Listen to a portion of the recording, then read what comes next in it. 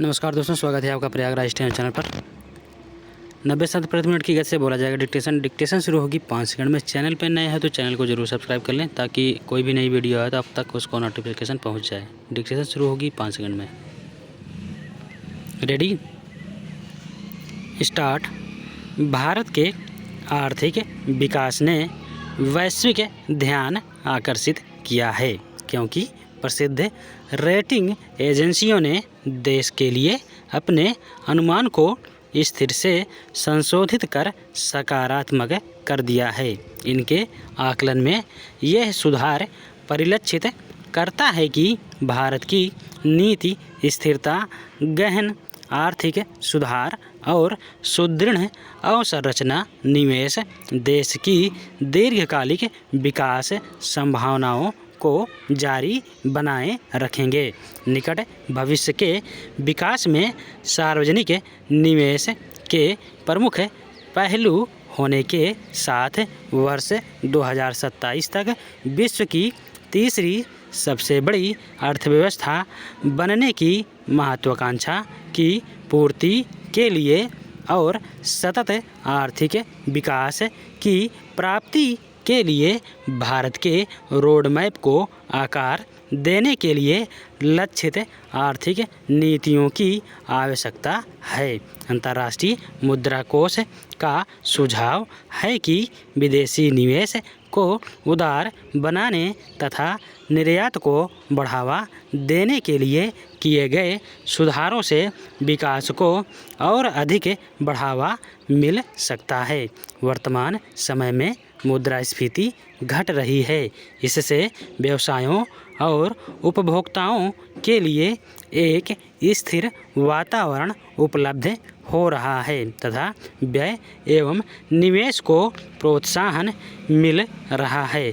सेवा क्षेत्र, जो भारत के सकल घरेलू उत्पाद में महत्वपूर्ण योगदान करता है, में वित्त वर्ष 2024 की तीसरी तिमाही में पिछले वर्ष की तुलना में अच्छी खासी वृद्धि हुई है।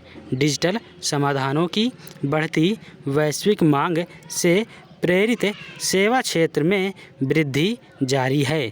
कोरोना प्रतिबंधों में ढील के साथ पर्यटन एवं मनोरंजन जैसी सेवाओं में मजबूत सुधार देखा गया है। वैश्विक आर्थिक अनिश्चितताओं, भू राजनीतिक तनावों और अमेरिका जैसी प्रमुख अर्थव्यवस्थाओं में सख्त वित्तीय दशाओं के बावजूद भारत की घरेलू मांग अपेक्षाकृत सुदृढ़ बनी हुई है। बाहरी हमलों को बावजूद भारत के विकास को बनाए रखने में मदद मिली है, जबकि कई प्रमुख अर्थव्यवस्थाएं गिरावट या मंदी का सामना कर रही हैं। पिछले दशक में स्थिर सकल घरेलू उत्पाद वृद्धि के बावजूद पर्याप्त रोजगार सृजन की कमी सरकार के समक्ष एक प्रमुख नीतिगत चुनौती बनी हुई है।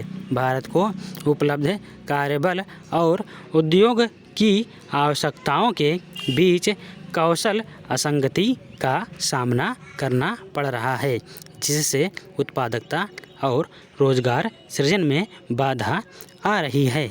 एक नए अध्ययन से पता चला है कि नौकरियों के लिए आवेदन करने वाले भारतीय स्नातकों में से केवल आधे ही रोजगार योग्य हैं, जिनके पास उद्योग की तेजी से बदलती मांगों को पूरा कर सकने का कौशल है। भारत में अमीर और गरीब के बीच की खाई अभी भी बहुत बड़ी है। इसका अर्थ यह है कि जनसंख्या के एक बड़े हिस्से के पास सीमित व्यय योग्य आय है, जिससे समग्र उपभोग वृद्धि में बाधा उत्पन्न हो रही है। भारत के कार्यबल का एक बड़ा हिस्सा अनौपचारिक क्षेत्र में कार्यरत है, जहां मजदूरी कम है, सामाजिक सुरक्षा लाभ न्यूनतम हैं और उत्पादकता लाभ सीमित है। स्टॉप। धन्यवाद।